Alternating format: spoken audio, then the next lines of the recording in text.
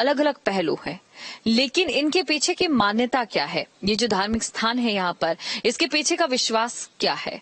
लोग यहाँ पर क्यों आते हैं और लोगों की आस्था क्या कहती है? इतने सालों में यहाँ पर क्या कुछ बदला तो क्या कुछ वैसे का वैसा ही है। एक तरफ राम मंदिर की प्राण प्रतिष्ठा हो रही है तो दूसरी तरफ इस जगह को लोग कितना पसंद कर रहे हैं या लोग कितना जान रहे हैं, ये तमाम बातें हम जानेंगे। यहाँ पर पुजारी जी हमारे साथ मौजूद है। पुजारी जी नमस्कार, स्वागत करती हूँ आपका। जय श्री राम। जय श्री हाँ जी जी। यहाँ की मान्यता के बारे में आपसे जानना चाहते हैं, यहाँ की चीजों के बारे में आपसे पूछना चाहते हैं। यहाँ का मान्यता है, यहाँ का महात्म्य जो है गुप्तहरि चक्रहरि जी का है। यह गोप्रतार नामक तीर्थ है। अयोध्या का सप्तहरि पुरियों में गुप्तहरि चक्रहरि है आता है। इसमें इसका महात्म्य स्कंद पुराण में इसका लिखा हुआ है। इसका यह स्थान सतयुग का है। सतयुग कैसे मिलेगा, इसके लिए ब्रह्मा जी जो है बताने से इनकार कर दिए। सभी देवता जो है ब्रह्मा जी को भी साथ लेकर जो है शंकर जी के पास गए और उनसे पूछे। शंकर जी भी इसका उपाय नहीं बता पाए। भगवान शंकर जी, ब्रह्मा जी, सभी देवता जो है भगवान विष्णु जी के पास गए और उनसे पूछे। उनके पास जब गए तो भगवान विष्णु जो है योग निद्रा में थे। उसके बाद सभी देवता भगवान की स्तुति किए। भगवान की स्तुति करने पर जो है सभी भगवान विष्णु जो है अपना नेत्र खोले। भगवान विष्णु ने कहा कि मैं अपने योग से जान गया हूँ कि आप लोग यहाँ क्यों आए हैं, क्योंकि आप सबका राजपाट चला गया है।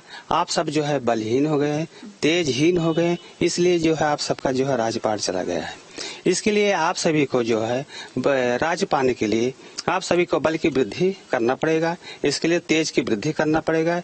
इसके लिए आप सभी को मृत्युलोक अयोध्या क्षेत्र में आप सभी को जो है तपस्या करना पड़ेगा। भगवान विष्णु कहा है कि मैं भी तप करूंगा, मेरे तप के प्रभाव से जो आप सभी को बल मिलेगा तभी आप जो है विजय प्राप्त कर सकते हैं। भगवान विष्णु जो है ऐसा उपाय बताया।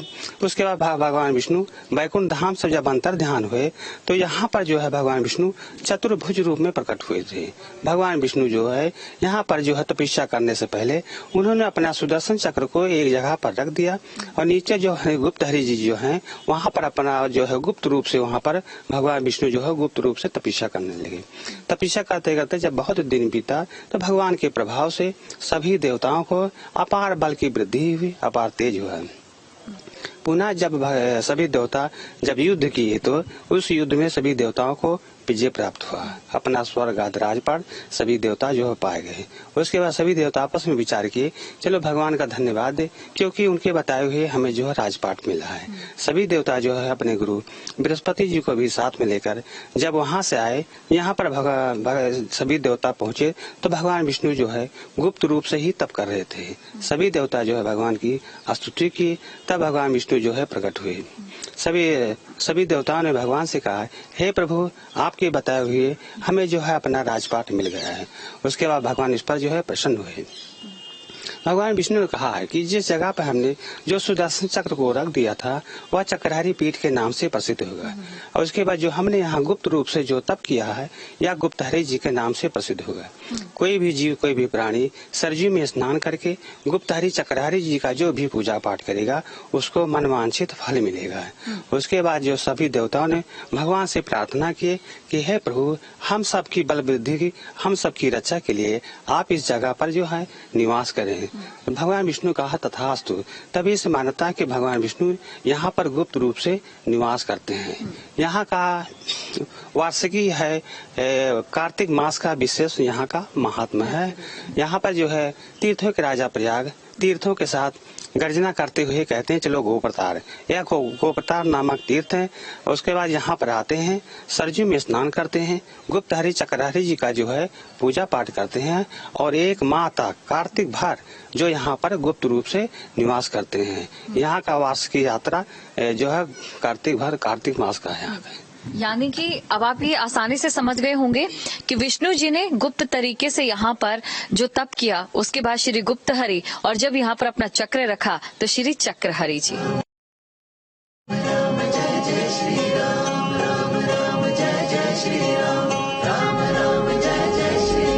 और चलिए जो मंदिर यहाँ पर स्थापित है अब उसके दर्शन आपको कराते हैं।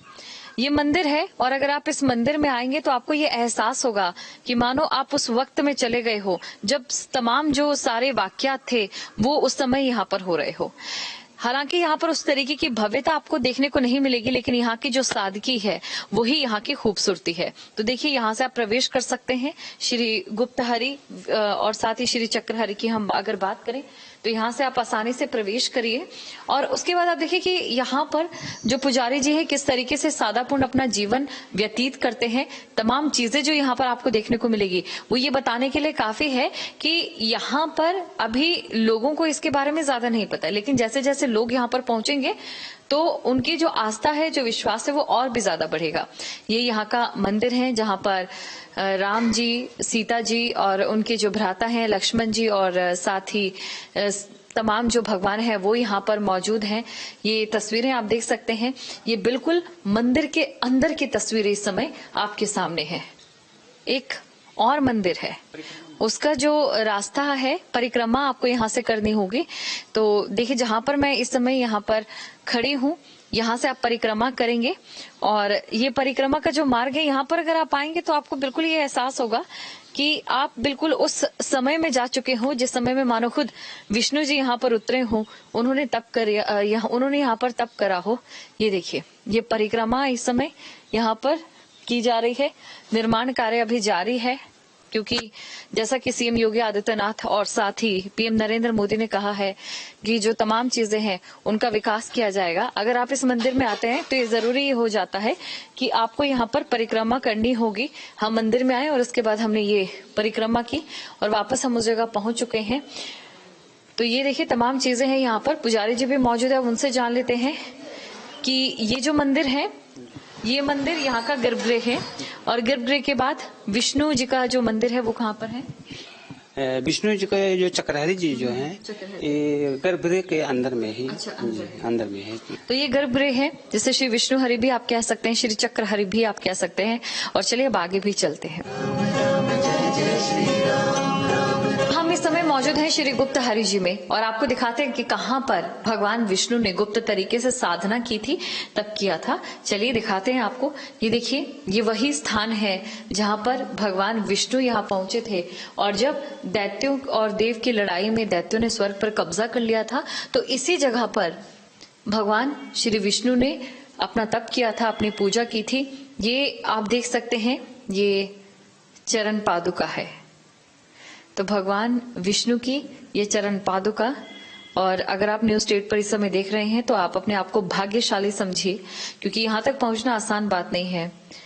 भगवान विष्णु स्वयं यहाँ पर पहुंचे, उन्होंने तप किया, यहीं पर साधना की और ये उनकी चरण पादुका जो बहुत ही कम लोगों को देखने को नसीब होती है।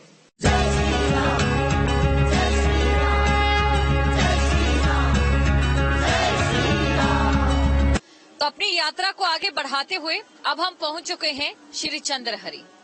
अगर आप राम मंदिर के दर्शन करते हैं और उसके बाद राम पैड़ी के नजदीक आते हैं तो आपको आसानी से किसी से भी पूछ लीजिएगा श्री चंद्रहरि का मंदिर दिखाई देगा।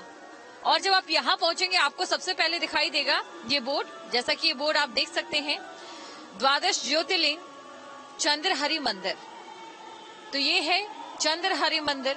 इसकी खासियत क्या है, विशेषता क्या है, ये हम आपको बताएंगे। इस समय पूरे अयोध्या में दिवाली जैसा माहौल है। त्रेता युग में जिस तरीके से राम वनवास के लिए गए थे, लेकिन यहाँ बात एक लंबे कालांतर चक्र की है। अब ऐसा ही लग रहा है मानो राम भी एक लंबे वनवास के बाद वापस लौट रहे हैं, उनकी प्राण प्रतिष्ठा की जा रही है। और यहाँ पर मैंने आपको जैसा कि पहले दिखाया कि सरयू नदी की धारा और उस पर बनी राम पैड़ी, जहाँ पर लाखों दिए जलाए जाते हैं और उन दियों के साथ टूटते हैं वैश्विक रिकॉर्ड, वर्ल्ड रिकॉर्ड उन दियों के साथ तोड़ा जाता है। लेकिन उसी राम पैड़ी के साथ लगता एक मंदिर जिसकी मान्यता त्रेता युग से है। आज वो मंदिर सूना दिखाई दे रहा है। एक तरफ दीपावली का माहौल है तो दूसरी तरफ त्रेता युग के अस्तित्व वाला ये मंदिर कहीं ना कहीं उपेक्षा का शिकार भी हो रहा है। चंद्रहरि के मंदिर में जो गर्भगृह है वहां पर देखेंगे तो आपको ये अंदाजा होगा कि चंद्रहरि भगवान जो भी यहाँ पर विराजमान है, ना तो उनके सर पर मुकुट है और ना ही उनके बदन पर किसी भी तरीके के कोई कपड़े, भव्य कपड़े आपको यहाँ पर दिखाई नहीं देंगे। ऐसा नजारा आपने कहीं देखा नहीं होगा। और इसी के साथ एक और चीज हम आपको दिखाते हैं। ये देखिए, ये एक और मंदिर है और यहाँ पर एक और खास बात हमें पता चली है जब हम इस मंदिर में आए। आइए मेरे साथ दिखाती हैं आपको। देखिए, यहाँ पर ये शिवलिंग है, ये ज्योतिर्लिंग आप इन्हें कह सकते हैं। काले पत्थर पर ये शिवलिंग यहाँ पर बने हैं और कैमरामैन से कहूंगी जरा इधर आइए और मैं उनको अच्छे से, दर्शकों को हम ये दिखाएंगे कि कितना चमत्कारिक है ये। और देखिए, भगवान चंद्रमा की ओर से खुद ये शिवलिंग यहाँ पर स्थापित किए गए थे। ये जो शिवलिंग है, यहाँ के लोग ये कहते हैं कि ये जो शिवलिंग है इसमें ओम का निशान बना है। जो ऐसा शिवलिंग होता है वो करोड़ों में एक होता है, ऐसा इसके बारे में बताया जाता है। करोड़ों में एक शिवलिंग यहाँ पर मौजूद है जिसे खुद चंद्रमा ने स्थापित किया था। इसकी भव्यता में 4 चांद लग जाएंगे अगर लोग और प्रशासन इसके बारे में जागरूक होगा। ये चंद्रहरि मंदिर अपने आप में त्रेता युग की यादें समेटे हुए हैं और ये यादें अब कलयुग को बताने का वक्त आ चुका है। तो चंद्रहरि मंदिर हमने आपको दिखाया, लेकिन इस मंदिर की मान्यता क्या है वो भी जान लेते हैं। त्रेता युग में क्यों ये मंदिर बेहद खास माना जाता है, यहाँ पर हमारे साथ जो महाराज जी हैं वो मौजूद हैं, उनसे जानते हैं। महाराज जी, आपसे जानना चाहेंगे जो ये मंदिर है इसकी मान्यता क्या है? ज्येष्ठ मासे सिते पक्षे पौर्णिमे सोमवासरे चंद्रेण स्थापितं देवम वंदे चंद्रहरिम प्रभुम। जहां ये राम की पैड़ी आज यशस्वी मुख्यमंत्री योगी आदित्यनाथ जी ने बनवा करके इसमें सरयू जी की धारा को जल प्रवाहित किया है, आज की तारीख में इसमें कई लाख लोग इसका आनंद ले रहे हैं। दीपोत्सव यहीं पर हो रहा है। त्रेता के आदि में यह पहले स्वर्गद्वार द्वार इसका नाम है घाट का, और यहीं पर चंदन वन हुआ करता था। इसी चंदन वन में चंद्रमा जी आकर के बहुत दिनों तक भगवान नारायण की आराधना किए, तपस्या किए। उनकी तपस्या से प्रसन्न होकर के भगवान शंख चक्र गदा पद्म वनमाला से विभूषित पराम्बा भगवती लक्ष्मी जी के साथ में गरुड़ के वाहन पर विराजमान होकर के दर्शन दिए। भगवान चंद्रमा की उपासना से प्रसन्न होकर के उनको यह आशीर्वाद दिया कि मैं अपने नाम के साथ तुम्हारा भी नाम जोड़ करके चंद्र नाम पहले रखा और हरि नारायण अपना नाम बाद में रखा। और चंद्रमा जी के द्वारा भगवान नारायण ने अपनी प्राण प्रतिष्ठा कराई। चंद्रेण स्थापितं देवम वंदे चंद्रहरिम प्रभुम। तो हमने महाराज जी से बात की, चंद्रहरि मंदिर भी आपको दिखाया। हो सकता है कि पहले आपने ये मंदिर ना देखा हो।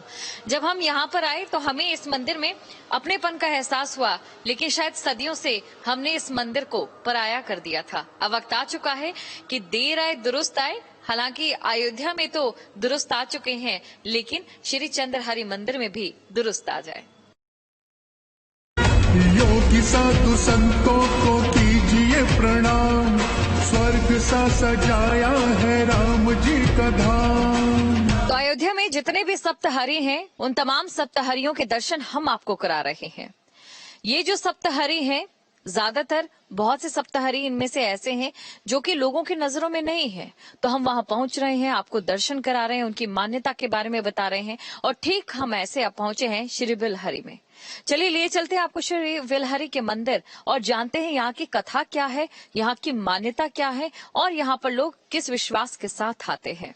यहाँ हम आए तो थे आपको सिर्फ मंदिर के दर्शन कराने, लेकिन जब हम यहाँ पर पहुंचे हमें कई ऐसी चीजें पता चली जो शायद आपको ना पता हो। जी हाँ, प्रभु श्री राम के जो पिता थे महाराज दशरथ, उनका जो अंत्येष्टि समाधि स्थान है, क्या आप जानते हैं वो कहाँ है? अगर नहीं जानते तो चलिए मेरे साथ दिखाते हैं आपको। देखिए, ये वो स्थल है, ये वो समाधि स्थल है महाराज दशरथ जी का। कैमरामैन से मैं अनुरोध करूंगी कि वो अंदर आए और अंदर आकर ये दिखाएं। ये समाधि स्थल आप देख सकते हैं। आज जहां पर हम त्रेता युग के निशान खोज रहे हैं, त्रेता युग के बारे में जानकारी हासिल करने की कोशिश कर रहे हैं, और उसी स्थान पर आज न्यूज स्टेट पहुंचा है और आपकी आंखों के सामने है महाराज दशरथ जी का ये समाधि स्थल। अपने आप में बेहद खास, क्योंकि त्रेता युग से जुड़ने की राम भगवान के जीवन में जितनी लीलाएं थी, उनकी जितनी ही किरदार थे, या उनकी जितनी ही हम बात करें या उनके बारे में हम जानकारी लें, हर एक भक्त उनसे जुड़ना चाहता है। और देखिए, इससे बड़ा जुड़ाव आपका कहीं नहीं हो सकता है। महाराज दशरथ का ये समाधि स्थल, कहा यह भी जाता है कि अगर आपको शनि की दशा है तो यहाँ पर आकर सिर्फ दर्शन मात्र से आपकी शनि की वो जो दशा है उसका प्रकोप कम हो जाएगा। तो आप अनुमान लगा सकते हैं कि कितना अद्भुत है ये, कितना अविश्वसनीय है ये, और कितना अकल्पनीय है ये।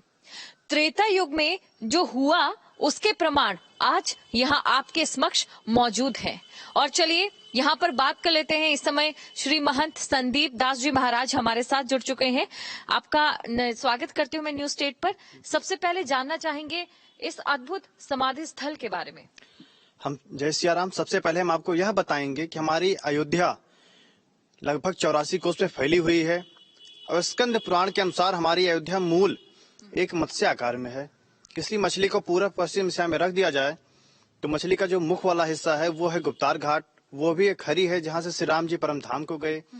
हृदय क्षेत्र आज अयोध्या शहर में जितने पौराणिक तीर्थ स्थल है वह हृदय क्षेत्र है, जहाँ पे इस समय हम सब खड़े हैं, जहाँ पे महाराज दशरथ जी का दाह संस्कार किया गया है। ये पूछ वाला हिस्सा है जहाँ पे मछली के दोनों पर होते हैं। एक नंदीग्राम भरतकुंड जहाँ पे भरत जी ने तपस्या किया था, दूसरा मक्ख भूमि जहाँ पे महाराज दशरथ जी ने पुत्र प्राप्ति के लिए यज्ञ किया था।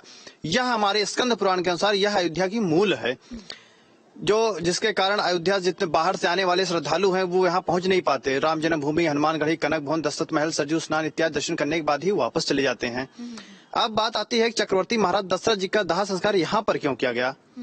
कि जिस समय महाराज दशरथ जी का शरीर छूटा है, राम जी लक्ष्मण जी के साथ माता सीता जी वनवासी चली गई थे, भरत और शत्रुघ्न जी थे, लेकिन उस समय वो भी ननिहाल में थे। वशिष्ठ जी के द्वारा दूध भेज के उन्हें बुलाया गया। तो भरत और शत्रुघ्न जी के यहाँ आने के बाद भरत जी ने कहा हमारा पिताजी का अंतिम संस्कार ऐसे स्थान पर किया जाए जहाँ किसी अन्य का दाह संस्कार ना किया गया हो। उस समय वशिष्ठ जी के नेतृत्व में जितने आचार्य विद्वान इस कार्य में लग गए, वह सबसे पवित्र भूमि कौन सी है जहाँ पे किसी का अंतिम संस्कार ना किया गया हो, क्योंकि अंतिम संस्कार वो जगह शोध करने में समय लगा और उस समय तक चक्रवर्ती महाराज दशरथ जी का शरीर जो है सुरक्षित रखना था। बताते हैं कि उस समय पूरी नौका में सरसों का तेल डाल के महाराज जी का शरीर उसी में रखा गया जिससे शरीर सुरक्षित रह सके। और तत्कालीन विद्वानों के द्वारा शोध कार्य शुरू हो गया। तो शोध करते करते जब यहाँ पर पहुंचे जहाँ पे इस समय हम सब हैं, ये विल्लहरी घाट है। अयोध्या में हमारे 7 हरियां हैं, विल्लहरी, चकहरी, चंदहरी, गुप्तहरी, पूर्णहरी, ऐसे 7 हरियां हैं। ये विल्लहरी घाट है। विल्ल नाम का गंधर्व था जो श्रापित राक्षस हो गया था। हरि नाम भगवान का ये पूरा सरजू जी का किनारा था, इसलिए इसका नाम पड़ा विल्लहरी घाट। यहाँ आने के बाद विद्वान शोधकर्ता के यहाँ आने के बाद हम सबको पता है कि जब हमारे सनातन धर्म हिंदू में जब किसी का दाह संस्कार किया जाता है तो चिता में पहले 4 खूंटे लगाए जाते हैं, लेकिन यहाँ पे चक्रवर्ती महाराज दशरथ जी को दाह संस्कार करने के लिए केवल 3 खूंटे की ही पवित्र भूमि मिली थी जहाँ पे किसी का दाह संस्कार नहीं हुआ था। चौथा ऐसा था जहाँ किसी का दाह संस्कार पहले से हो चुका था। ये सूचना भरत जी के पास गई। भरत जी का जो स्थान शुद्ध नहीं है, कोई बात नहीं, उसके स्थान पे भरत जी ने अपना बाएं हाथ प्रतीकात्मक रूप से लगा के उस जगह को शुद्ध किया। उसके बाद फिर चक्रवर्ती महाराज दशरथ जी का यहाँ पे दाह संस्कार किया गया। और सनातन धर्म में दाह संस्कार के बाद किसी का अंतिम संस्कार भी कर दिया जाए तो उस जगह कुछ नहीं बचता है, केवल राख हो जाता है। अब अगर त्रेता युग से अगर वैसे छोड़ दिया जाता तो आज ये बताने वाला कोई नहीं होता कि महाराज दशरथ जी का दाह संस्कार कहाँ पे किया गया है। तो आज उसी स्थल पे ये प्रतीकात्मक रूप से समाधि स्थल बनाई गई है, जिनके ऊपर चारों भाइयों के चरण पादुकाएं, राम, लक्ष्मण, भरत और शत्रुघ्न जी के चरण पादुका बनी हुई है। ये जो काली काली आप देख रहे हैं, पिंड वेदी है जो दाह संस्कार के बाद पिंडदान किया जाता है। वो जो बड़ा सा चरण चिन्ह दिख रहा है आपको, वो गुरु वशिष्ठ जी का है। आइए एक चीज हम आपको और दिखाते हैं। ये अद्भुत अस्त्र शस्त्र है जिसमें आज तक जंग नहीं लगा है। ये हमारे यहाँ से कई पीढ़ियों से है, लेकिन ये देखने वाला कोई नहीं, इसमें आज कहीं जंग नहीं देख सकती। ये देखिए, ये पौराणिक ऐतिहासिक अस्त्र शस्त्र हैं जिसमें आज तक किसी भी प्रकार का जंग नहीं लगा है। तो देखिए कितनी पावन भूमि पर हम यहाँ इस समय खड़े हैं, और हो सकता है ये जानकारी आप तक शायद कभी ना पहुंची हो, और अगर हम यहाँ ना पहुंचते और यहाँ के जो महंत ना होते तो शायद ये जानकारी आगे भी आपको ना मिल पाती। लेकिन वाकई मैं अपने आप को यहाँ पर आकर भाग्यशाली महसूस कर रही हूँ, क्योंकि तस्वीरें भी आपके सामने जहाँ पर आप देख सकते हैं। और चलिए अब आपको कराते हैं मंदिर के दर्शन। इस मंदिर में क्या खास है और कैसे यहाँ पर पूजा की जाती है, इसके बारे में हम आपको बताएंगे। महंत जी बताइए। ये बीच में महाराज दशरथ जी की विग्रह है बगल भरत और शत्रुघ्न जी विराजमान है और उनके बगल गुरु वशिष्ठ जी की प्रतिमा है। यहाँ पे उस समय राम जी लक्ष्मण जी वनवास चले गए थे, इसलिए प्रभु राम जी की लक्ष्मण जी की प्रतिमा नहीं है। एक ऐसा पहला मंदिर है जहाँ पे राम जी की प्रतिमा नहीं है यहाँ पे।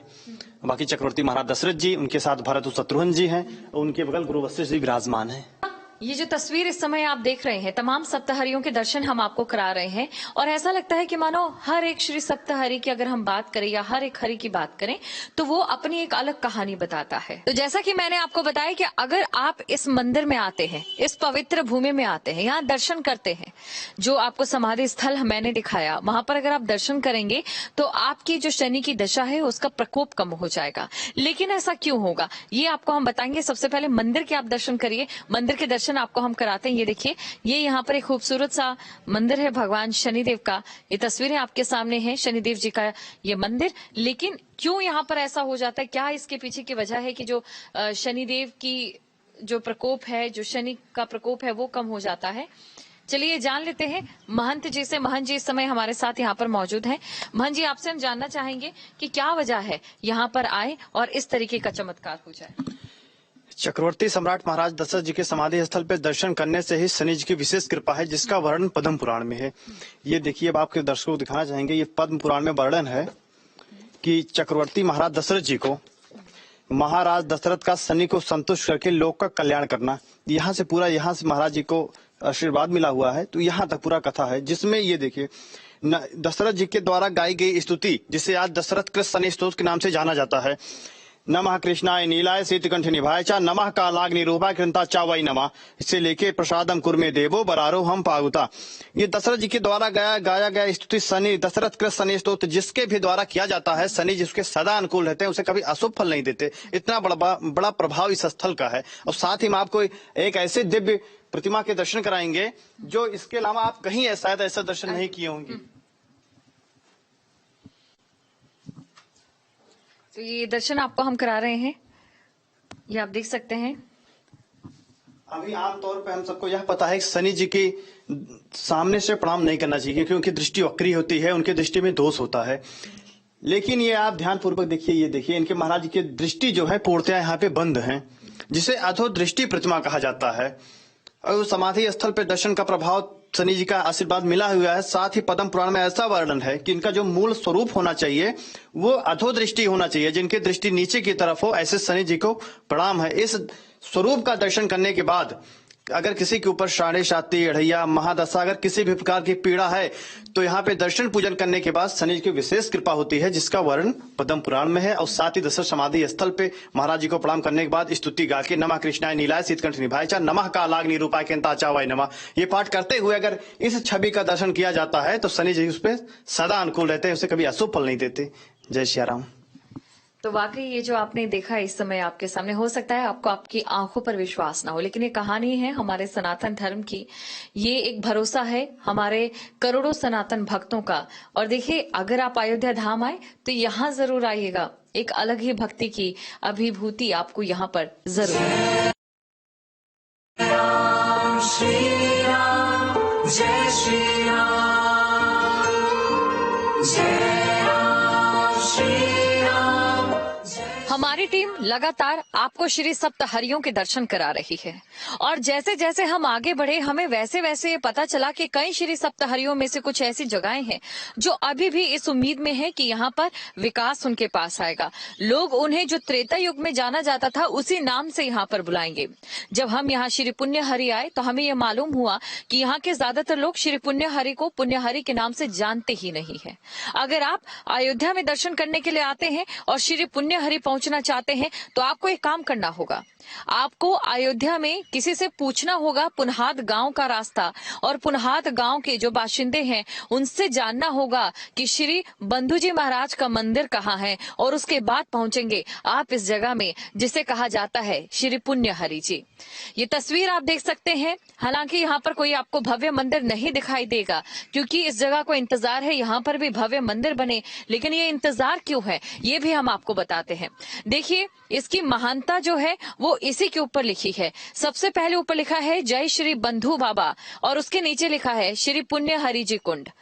इसकी जो महानता है वो ये है कि श्री अयोध्या जी के सप्तहरि तीर्थों में से एक श्री पुण्य हरि जी तीर्थ है। वनवास से लौटकर श्री राम जी यहीं पर अपने सभी भाइयों से मिले थे और अगर प्रति रविवार स्नान, दान, दर्शन या पवित्र जलपान करने से पीलिया रोग का संपूर्ण निदान प्रभु वरदान, यानी कि अगर आप यहाँ पर आते हैं, पूजा अर्चना करते हैं तो जो आपके रोग है उनसे आपको मुक्ति मिल जाएगी। अब देखिए, क्योंकि भरत और जो राम का मिलाप है वो इस जगह पर हुआ था, त्रेता युग से सीधा ये जगह यहाँ पर जुड़ी हुई है और जो लोग हैं वो अयोध्या धाम आते हैं, राम जन्मभूमि आते हैं, लेकिन राम के जीवन से जो जुड़ी जगहें हैं वो ये जगहें हैं और इन जगहों की अपनी मान्यता है। त्रेता युग से संजोई हुई ये चीजें आज कलयुग में हमारे सामने इन रूपों में हैं, जिन्हें इंतजार है एक भव्यता का, ताकि लोग इनके महत्व को जाने। और इसके आसपास की स्थिति हम आपको दिखाते हैं, जहां पर ये बताया जा रहा है कि पूरा कुंड था, जहां पर भगवान राम और साथ ही जब भरत जी मिले थे तो उनके अश्रु गिरे थे। ये देखिए, यहाँ पर आपको जहाँ पानी दिखाई देगा और इसी के साथ और भी जगह है, वहां पर हम आपको दिखाएंगे। ये जो पानी वाली जगह है, यहाँ पर ये कुंड है और ये कुंड सिर्फ इतना ही नहीं, इसकी दूसरी तरफ भी ये कुंड पूरा फैला हुआ है, यानी कि आप सोचे कितना विस्तार है इस कुंड का। आप अंदर आते हैं तो आपको ये नजारा वाकई खुश कर देगा। अक्सर मैदानी इलाकों से हम पहाड़ी क्षेत्रों में जाते हैं ऐसी जगह ढूंढने के लिए जो शांत हो, खूबसूरत हो, आंखों को शांति प्रदान करने वाली हो। यहाँ आप आएंगे तो यहाँ पर आपको ऐसी ही अनुभूति होगी। ये बिल्कुल शांत जगह और शांति की जगह के साथ ही यहाँ पर एक पीपल का पेड़ है और पीपल के पेड़ को देखकर ये लग रहा है कि यहाँ पर पूजा अर्चना रोजाना की जाती है। पीपल के पेड़ की मान्यता है, घंटियां यहाँ लगी है पीपल के पेड़ में, आप देख सकते हैं तस्वीरों में। जो ये पूरा आप देख सकते हैं इस समय, या यूं कह लीजिए श्री पुण्य हरि, ये जो श्री पुण्य हरि है आपको बिल्कुल प्रकृति के बीच एक ऐसा एहसास दिलाएगा कि आप मानो प्रकृति की गोद में हो। यहाँ पर आसपास कुंड है जिसे इंतजार है विकास का, तो वहीं दूसरी तरफ ये पीपल का पेड़ भी आप देख सकते हैं।